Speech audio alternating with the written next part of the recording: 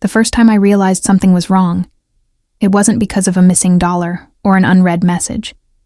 It was because my son, Ethan, stopped meeting my eyes. He'd been my pride and joy for 27 years, a quiet, thoughtful young man who loved sketching, coffee shop jazz, and Sunday visits. We'd always been close, the kind of mother-son duo people envied, but over the past few months a distance had crept in, subtle at first. He still called, still smiled, but something beneath that smile had shifted, like a reflection rippling on dark water. Then came the vacation. It was supposed to be our family's first real trip in years. 2 weeks in Italy, a long-promised escape after decades of hard work.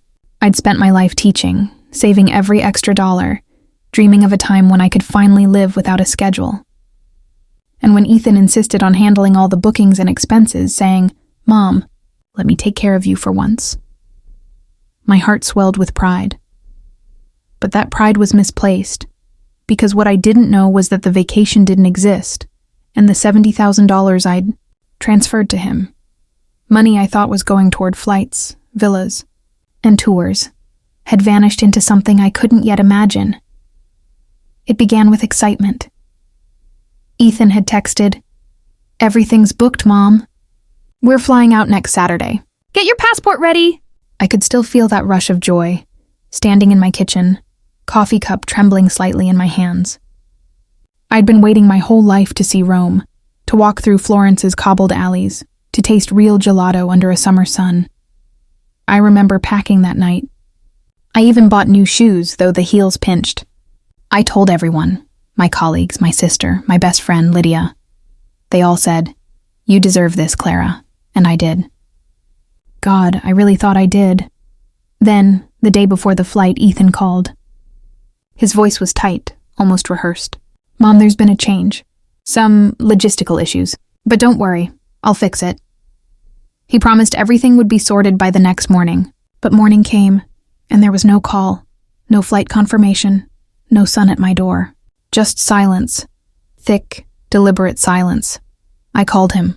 Once, twice, 10 times. No answer. When I finally drove to his apartment, the blinds were drawn. A single envelope sat wedged under the doormat. It was addressed to me. Inside was a note, written in his familiar, careful handwriting. "Mom, I'm sorry. I had to make a choice. I promise I'll explain everything soon. Please don't hate me." And that was it. No explanation, no trip, no $70,000. At first, I was numb. You don't go from loving someone your whole life to hating them overnight. My mind refused to accept it. I told myself he was in trouble, maybe blackmailed, maybe desperate. I even convinced myself it was a misunderstanding. Maybe he'd booked through a bad agency. Maybe the money was recoverable, maybe. But then Lydia found something. She called 2 days later, whispering like she was afraid of the truth. "Clara, I saw Ethan's post. On Instagram." My heart sank. "What post?" She hesitated. "He's in Bali, with someone." I didn't even hear the rest. My knees buckled. The world blurred. When I finally pulled up the post, my hands shook so badly I almost dropped my phone. There he was, my son, smiling in front of a turquoise sea, holding a woman I'd never met. The caption read, "New beginnings. Sometimes you have to burn bridges to feel the sun." And in that moment, something inside me cracked. The following weeks blurred together. Grief, disbelief, fury, heartbreak. My apartment felt too big, too empty. Every photo of Ethan on the walls became a ghost of a boy I used to know. But beneath the pain, something unexpected began to stir. Not just anger, but clarity. I had spent years living for everyone else, for my students, for my husband before he passed, and for my son. I had never once paused to ask what I wanted. Now, stripped of everything, I was left with one brutal truth. Freedom isn't something you wait for. It's something you take back. I started by checking my accounts. The $70,000 wire was clean, legal, voluntary. No fraud claim. No recourse. But as I looked deeper, I found something strange. Ethan had used my transfer to close out a joint investment account we once shared. He'd liquidated it all, not just my funds, but his too. He'd taken everything and started over, and for a long time, I couldn't decide what hurt more, the betrayal, or the knowledge that he'd wanted a life that didn't include me. But one evening, as I sat watching the sunset from my balcony, the sky blazing orange and gold, a thought rose like a whisper. You can't lose what was never truly yours to keep. So I began again. It started small, selling old clothes, donating boxes of memories. I gave away half my furniture, repainted the walls, and took a job tutoring English online. Each day, I felt lighter. I started walking again, long morning walks by the river, headphones in, rediscovering silence. The world, once so loud with worry, grew gentle again. That's when I met Michael. He was sitting on a bench near the water, sketching the skyline. He looked up, smiled, and said, "You have the kind of face artists dream about, full of stories." I laughed. I hadn't laughed in months. We talked for an hour. Then another day. Then another. Michael was quiet, observant, kind. He'd lost his wife years earlier, and though he didn't speak much of it, his eyes carried the same grief mine did, the kind that never fully heals, only softens, slowly without planning to. I began to let him in. And for the first time, I realized that maybe life wasn't about reclaiming what was lost, but about discovering what was still waiting. 2 months later, Ethan called. His number lit up my screen like a ghost returning. My heart thudded. I almost didn't answer, but I did. "Mom." His voice cracked, raw. "Please don't hang up." I didn't. There was silence, 1,000 unspoken words hanging between us. Then he said, "I know you hate me. I deserve it, but I need to explain." I said nothing. I just listened. He told me everything. The $70,000 wasn't spent on luxury or greed. It had gone toward debts, old mistakes, a failed business, people he'd trusted who'd turned on him. When the pressure became unbearable, he ran. The woman in the photos wasn't a lover. She was an investor, someone helping him rebuild. "I lied because I was ashamed," he said, voice trembling. "I wanted to be the son you deserved, not the failure I became," and I cried. Not because of the money, but because he still didn't understand. I had never wanted perfection, only honesty. "Ethan," I whispered, "you didn't lose me because you failed. You lost me because you lied."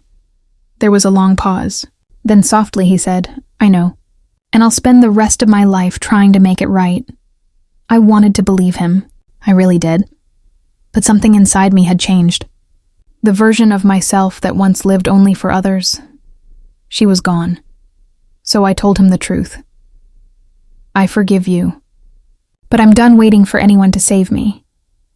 And for the first time, I meant it. That night after Ethan's call, I didn't sleep. The words echoed over and over in my mind. I'll spend the rest of my life trying to make it right. But the thing about life is, once trust breaks, it doesn't shatter cleanly. It splinters. Tiny fragments stay lodged beneath the skin, long after forgiveness is spoken. The next morning, I sat at my kitchen table with a mug of lukewarm coffee, staring at the pale light creeping across the counter. The house was quiet except for the ticking clock, steady, indifferent. And then I realized something that startled me. I didn't want my old life back. Not the savings. Not the safety. Not even the illusion of a perfect son. I wanted me back. The woman who had buried her dreams beneath responsibility. Who had lived so long in quiet sacrifice that she forgot what it felt like to breathe freely. So, I made a decision. I listed my house for sale. It felt reckless, even insane. But I knew deep down that I didn't need a 3-bedroom home filled with ghosts and memories. I needed simplicity. A blank page. Within 3 weeks it sold. I took what was left, just under $180,000 after expenses, and started looking for something smaller. That's when I found it. A cottage by the sea, an hour away from the city. Weathered shutters, ivy crawling up the porch rails, the smell of salt in the air. It wasn't much, but it was mine. When I moved in, the first night was eerily silent. No traffic, no phone notifications, No past whispering through the walls, just the rhythmic sound of waves against the rocks. I unpacked slowly, box by box, until the only thing left to place was a framed photograph of Ethan, age 7, holding a paper plane and grinning like the world belonged to him. I hesitated. Then I placed it face down in the drawer. Weeks passed. I filled my days with small, sacred rituals, morning tea by the window, evening walks along the shore, sketching in an old notebook Michael had given me. We talked often. He visited on weekends, bringing fresh bread and laughter. There was an unspoken understanding between us. Two people learning how to exist again after losing everything. Sometimes he'd sit quietly, watching the tide.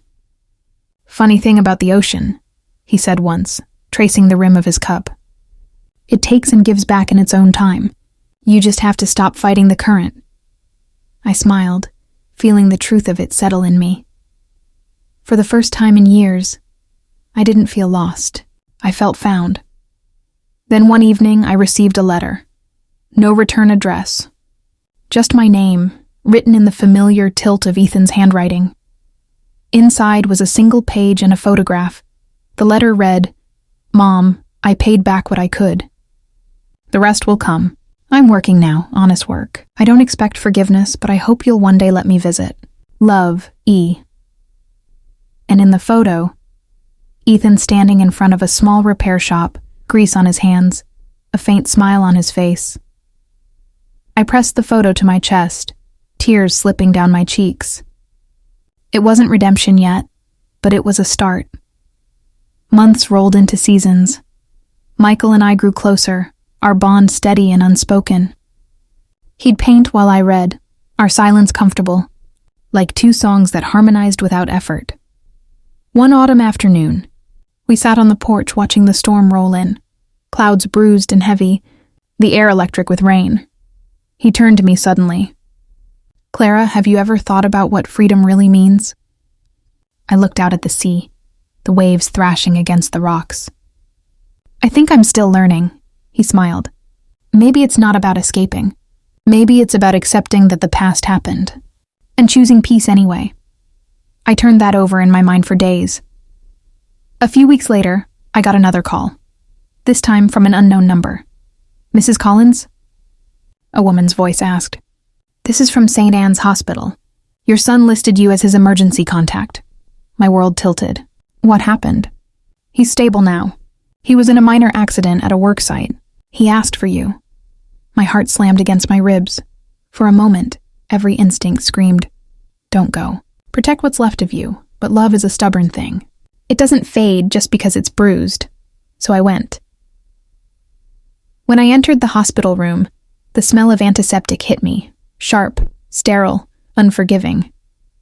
Ethan lay there, pale, his arm bandaged, a small cut above his brow. He looked up and froze. "Mom." The sound of that word, fragile, unsure, undid me.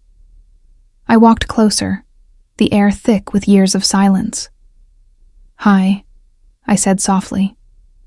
He swallowed. "You came." "Of course I came." He blinked rapidly, his eyes glistening. "I didn't think you would." I sat beside him, brushing a stray lock of hair from his forehead like I used to when he was little. "You're still my son, Ethan. That's something time doesn't erase." He looked away, ashamed. I didn't know how to fix it. Every time I tried, it felt like I was just making things worse. "Maybe fixing it isn't the point," I said. "Maybe it's just learning to start again." His lips trembled. "I don't deserve that." "No one ever really does," I whispered. For a long time, we said nothing. The machines beeped softly, rain pattered against the window, and the silence between us, once unbearable, began to feel like healing. Over the following weeks, I helped him recover. We didn't talk about the money. We didn't talk about the lies. Instead, we cooked together, walked around the hospital garden, and found comfort in the small, wordless moments, like sharing tea or watching the sunset in quiet gratitude. One afternoon, as I was about to leave, Ethan stopped me. "Mom?" I turned. He handed me an envelope. "Don't open it yet, just Keep it for later. When I got home, I placed it on the counter, untouched for days. Finally, curiosity won. Inside was a single check, $15,000, and a note, the first step in paying back what I owe. The rest will take time, but I'll do it. Thank you for not giving up on me. I sat there for a long time, staring at the paper through tears. It wasn't about the money anymore. It was about the intent. The quiet, trembling effort of a man trying to make things right. Months later, Michael and I went on a trip, not to Italy, not anywhere grand, just a small coastal town nearby. As we stood on the pier watching the sunrise, he took my hand. You know, he said, some people search their whole lives for closure, but maybe closure isn't something you find. Maybe it's something you decide. I looked at the horizon, gold spilling over the waves. I think you're right, he squeezed my hand. So what do you decide, Clara? I smiled, feeling the wind whip through my hair, the sea's salt on my lips. I decide to live. But life has a way of testing your resolve the moment you claim it. Because one morning, almost a year later, a letter arrived, this time from a lawyer's office. Inside was a document, a formal notice that Ethan had named me as a beneficiary in his new business. He'd registered it under my maiden name, Clara Hale and Son Repairs. I couldn't breathe for a moment.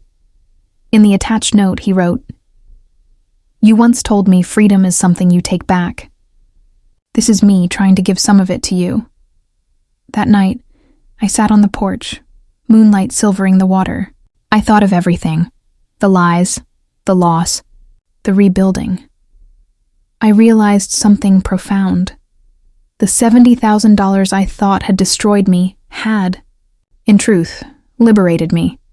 It forced me to strip away every illusion and start again. Raw, bare, real, Ethan's betrayal was the fire, but the woman I became from its ashes, she was free, and that, I finally understood, was worth far more than the money I'd lost. The following spring was the first one that truly felt like a beginning.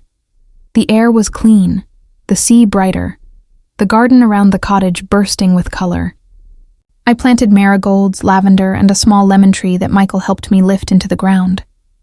When the wind carried the scent of salt and citrus together, it felt like renewal itself had come to live with me. Ethan called once a week now. He didn't apologize anymore. He didn't have to. Our conversations had become something better, honest. He told me about his small repair shop, about the friends he'd made, about the quiet pride he felt fixing things instead of running from them. Each time we spoke, I could hear the man he was becoming, steady, humbled, real. And though part of me would always remember the pain, another part finally began to forgive. One Saturday afternoon, as I was washing paint off my hands after helping Michael with a mural for the town library, my phone rang again. "Hey, Mom," Ethan's voice came, warm and lighter than I'd ever heard it. "I've got a surprise for you," I laughed. "No more surprises, please." "No, this one's good. Promise." He hesitated. "Will you come visit? There's something I want to show you." It had been almost 2 years since I'd last seen him. My instinct was to hesitate, to hold on to the peace I'd worked so hard to build. But something in his tone, calm, steady, felt different. So I said yes. The drive to his workshop took 2 hours. I remember every mile, the nervous flutter in my chest, the hum of the radio, the smell of rain just beginning to fall. When I finally arrived, I saw the sign first. Hale and Son Repairs, carved wood. Simple lettering, sunlight glinting off the fresh paint. Below it, Ethan stood in the doorway, wiping his hands on a rag, his face breaking into the same shy smile I'd known since he was a boy. "Welcome home, Mom," he said softly. The air left my lungs. Inside, the workshop was small but alive. Shelves of tools, half-repaired furniture, a radio humming low. On one wall hung photographs, a younger me, his father, and a few new ones. Ethan laughing with co-workers, customers smiling beside fixed bicycles and chairs. He noticed me staring. "I kept those because I didn't want to forget where I came from," he said. I turned to him, eyes stinging. "You built all this?" He nodded, every bit, with the same hands that broke things once. We spent the whole afternoon together, He showed me around, told me about the people who helped him start over, and then led me to the back room. I wanted to save. "This for last," he said. He opened a door to reveal a small space with a workbench and a single wooden box sitting on top. "I've been setting something aside," he continued. "Little by little. It's not much, but I wanted to give it back." Inside the box was an envelope, neat, sealed. I looked at him. "Ethan, don't open it yet. Please, take it home." I wanted to refuse, to tell him he didn't owe me anymore. But I could see in his eyes that this wasn't about repayment. It was about redemption. So I took it, and I hugged him. It was awkward at first, tentative, unsure. But then his arms tightened around me, and for the first time in years, it felt like I was holding my son again, not the ghost of who he'd been. That night, back at the cottage, I sat on my porch under a sky filled with stars and opened the envelope. Inside was another letter, handwritten, careful and trembling. "Mom, I can't undo the past, but I can live differently because of it. You once said I didn't lose you because I failed, but because I lied. I want you to know, I don't lie anymore. Not to you, not to myself. Here's what I can give, $20,000, not for forgiveness, but for peace. You taught me what real freedom means. This is me trying to give it back." I wept, quiet, shaking tears of pride and heartbreak and love all tangled together. I didn't care about the amount. The money didn't matter anymore. What mattered was the truth behind it. He was free, and so was I. Over the next year, our lives intertwined again, slowly, gently. Ethan visited often. He and Michael got along immediately, bonding over tools and music. Sometimes I'd watch them work together in the yard, laughter drifting through the open windows.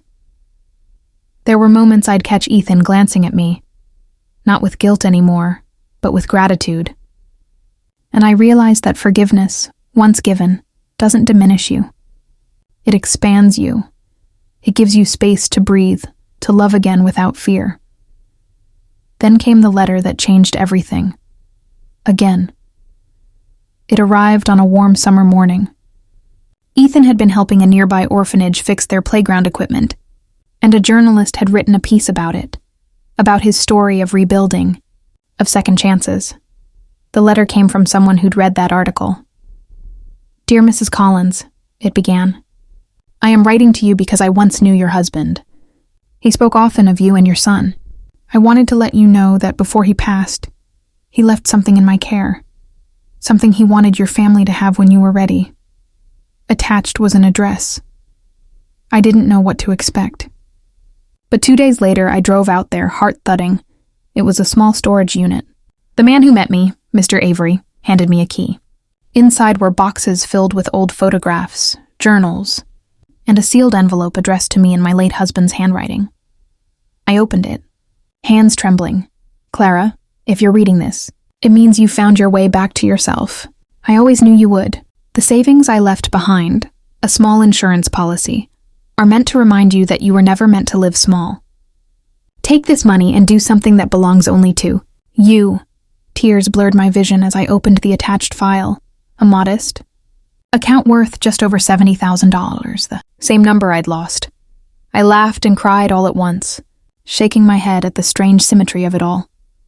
Life had taken $70,000 from me once, and now, years later, returned it, not as restitution, but as a reminder, what's meant for you will find you again, once you stop clinging to what broke you. That night, I told Ethan and Michael everything. Ethan just smiled. Dad always did love a good twist ending. We laughed until our sides hurt, and then Ethan asked softly, "What will you do with it, Mom?" I thought for a long moment. Then I said, "I'll build something that helps people like us, people who lost everything and are trying to start again." 3 months later, the Phoenix Project was born, a small nonprofit dedicated to helping families rebuild after financial or emotional loss, offering workshops, counseling, and simple repair work to those starting over. Ethan became its head of maintenance. Michael handled design. I ran the programs, and together we created something beautiful from the ashes. People came from all over. Women who'd been left behind, men struggling after mistakes, families trying to forgive each other. They came with broken things, furniture, memories, trust, and left with something mended, even if it was just a little bit of hope. Every time someone smiled after fixing something with their own hands, I thought of Ethan's workshop, the tools, the grease, the quiet redemption humming in the air. We didn't just rebuild things, we rebuilt ourselves. One evening, near the end of summer, I stood outside the center as the sun dipped low over the horizon. The light was golden, the same hue as the night before our vacation years ago, the night everything fell apart. But now, instead of grief, I felt gratitude, because sometimes life's cruelest betrayals are just disguised beginnings. Ethan walked up beside me, wiping paint off his fingers. You ever think about what would have happened if none of it ever fell apart? I smiled, all the time. But then I remember, we wouldn't be standing here. He nodded. I guess freedom doesn't always look like we expect. No, I said softly. It looks like this. The ocean breeze carried the scent of salt and sawdust and lemon blossoms from the cottage. And for the first time, I knew I had everything I ever needed. The first anniversary of the Phoenix Project arrived with a quiet kind of triumph. Not the kind with speeches and banners, but the kind that hums beneath the skin, like peace. The morning sun filtered through the workshop windows, painting long ribbons of gold across the tables where volunteers worked, sanding, fixing, laughing. The smell of varnish, coffee, and warm bread mingled in the air. I stood at the doorway, watching Ethan move among the workers, teaching a young man how to repair a chair leg. His movements were patient, steady, the same way I'd once taught him how to tie his shoes. Gentle hands, he said with a smile. Everything breaks easier if you rush it. I couldn't help but smile. It wasn't just furniture he was mending anymore. It was people and himself. Later that afternoon, we hosted a small gathering to celebrate. Nothing fancy, just the community, some cake, and a few words of gratitude. Michael strung fairy lights across the ceiling, while Ethan's old radio played a crackling jazz tune. I wore a soft blue dress, the same color as the ocean that had carried me through every storm of the past few years. When it was time to speak, I felt a lump rise in my throat. I looked out at the faces, strangers who'd become family, people whose stories echoed pieces of my own. When this all began, I said, I thought my life had ended. I'd lost money, trust, and nearly my son, but I learned something along the way. Sometimes, when everything is taken from you, what's left is who you truly are. The crowd grew still. Ethan looked at me, eyes shining. I built this place not to forget what happened, I continued, but to remember that even the worst moments can become the beginning of something beautiful. This isn't just a workshop. It's a promise that broken things can still have purpose, that broken people can still belong. When I finished, there was silence, then gentle applause, swelling until the entire room felt like it was breathing together. Ethan approached and hugged me tightly. For the first time, I felt the full circle close, not with words, but with the steady beat of his heart against mine. That evening, after everyone left, the three of us, Ethan, Michael, and Ian, sat outside beneath the fairy lights, the ocean murmuring softly in the distance. Ethan turned to Michael. You know, I owe you too. You helped Mom find herself again. Michael chuckled. No one finds Clara. She finds herself. I laughed, leaning back in my chair. You're both impossible. The stars shimmered above us, endless, forgiving. Ethan grew quiet after a while. Mom, he said softly, can I ask you something? Of course. If you could go back, before everything happened, would you still give me that money? The question caught me off guard. I stared out at the waves, thinking. Finally, I said, yes. He looked at me, startled. Because if I hadn't, I continued, you never would have fallen. And if you hadn't fallen, you never would have learned how to stand again. And neither would I. He swallowed hard, tears glinting in his eyes. I don't deserve you. I reached for his hand. Maybe not, but you earned me back, and that's worth more than deserving. Months passed, and life settled into a rhythm. Calm, real, sacred in its simplicity. Every morning I opened the doors of the Phoenix Project and felt gratitude rush through me like sunlight. People came and went, stories overlapping like brushstrokes on a canvas. Some days I'd still think of the old life, the house, the savings, the security. But those thoughts no longer hurt. They felt like memories from another lifetime.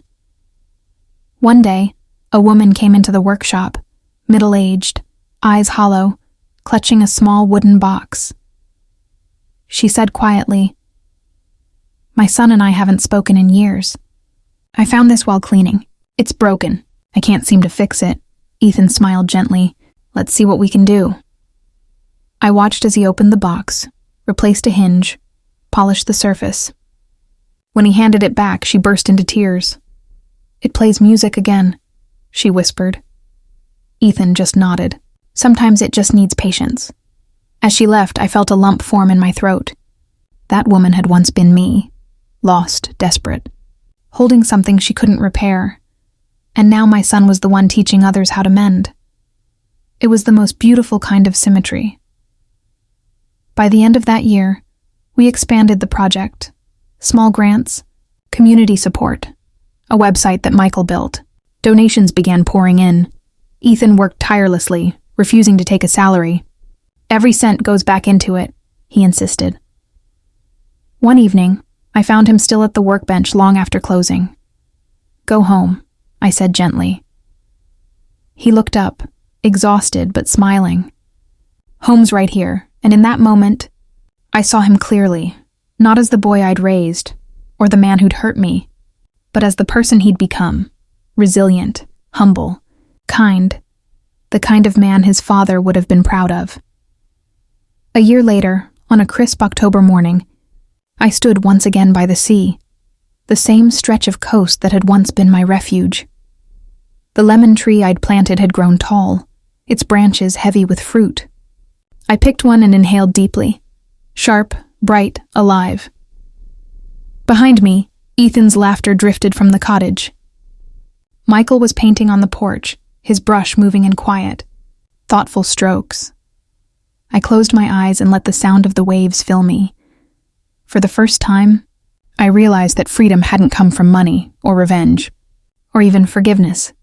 It had come from surrender, from letting life unfold, unplanned, unperfect, beautifully human. That night, as the three of us ate dinner by candlelight, Ethan raised his glass. "To Mom," he said, "for teaching me that even when the world breaks you, you can still choose to love." I smiled through tears. "To life, for teaching us that losing everything isn't the end. Sometimes it's the invitation to begin again." We clinked glasses. Outside, the sea roared softly, a lullaby, a benediction, a promise. Later, when the candles burned low and the house grew quiet, I sat alone for a moment and wrote the final page in my journal. The lie cost me $70,000, but it gave me a life worth infinitely more. I used to think freedom was something you buy. Now I know it's something you become. I closed the book, blew out the candle, and smiled into the dark, because I had everything I needed. And at last I was free.